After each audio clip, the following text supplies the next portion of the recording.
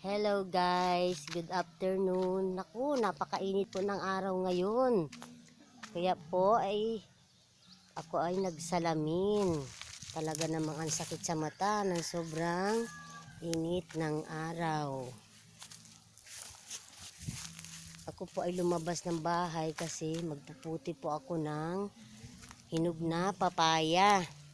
Kasi po nag-request ang aking bunso, ang aking prinsesa.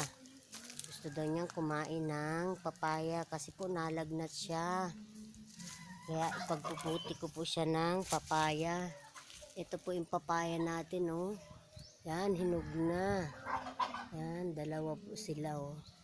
Marami na pong nakuha diyang hinog.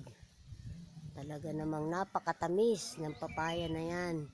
Ang dami pa pong bunga niya, no? Yan.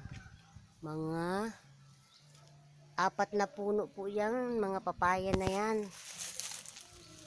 Sobrang init po talaga ng araw. So guys, puputihin ko na siya kasi kakain daw ang aking dalaga ng papaya. Magme-merienda po tayo ng papaya. Thank you for watching. Bye-bye.